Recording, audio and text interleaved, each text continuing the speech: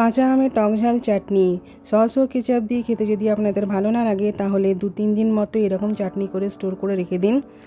যার জন্য আমি প্রথমে নিয়ে নিয়েছি দুটো একদম কাঁচা আম, টক থাকবে, এবং নিয়ে নিয়েছি কয়েক কোয়া রসুন, কিছুটা ধনেপাতা ও দুটো কাঁচা লঙ্কা। ভালো করে পরিষ্কার করে কেটে নিয়ে তারপরে পেস্ট বানিয়ে নেব। পেস্টটাতে এক চা চামচ নুন, 1 চা চামচ করে গুঁড়ো লঙ্কা, জিরে গুঁড়ো ও চাট মশলা দিয়ে দেবো, এবং 1 টেবিল চামচ মতো দিয়ে দেবো সরষের তেল। দিয়ে খুব ভালোভাবে মিশাবো যতক্ষণ না এটা খুব ভালোভাবে মিশে যায়।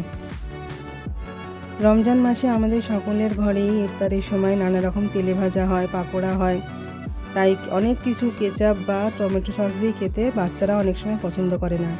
তাই এই রকম কাঁচা আমের টকঝাল চাটনি বানিয়ে রেখে দিন, সকলে খেতে খুব পছন্দ করে।